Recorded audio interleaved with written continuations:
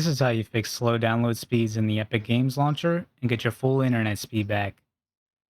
Start in Epic, click your profile icon in the top right, open Settings. Scroll down to Downloads and Installs, then open Download Settings. Find Limit Download Speeds and set every value to 0 since 0 means unlimited. Close it and test your download. If 0 changes nothing, set those same fields to 10,000 instead. Still slow? Fully close Epic, including from the taskbar tray, so it can't overwrite the next step. Open the Start menu, search Run, type %localappdata% into the box, and press Enter. Open the Epic Games Launcher folder, then Saved. If you see any webcache folders followed by numbers, delete them.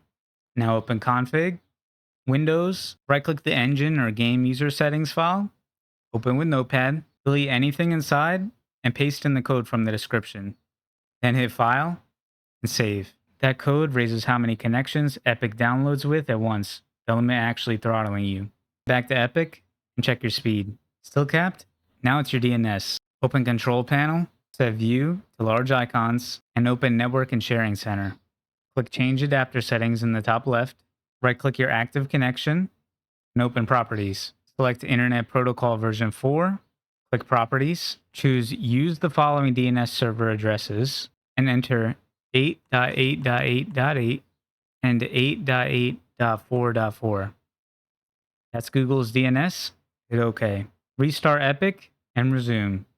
Your download picks up where it left off and runs at full speed.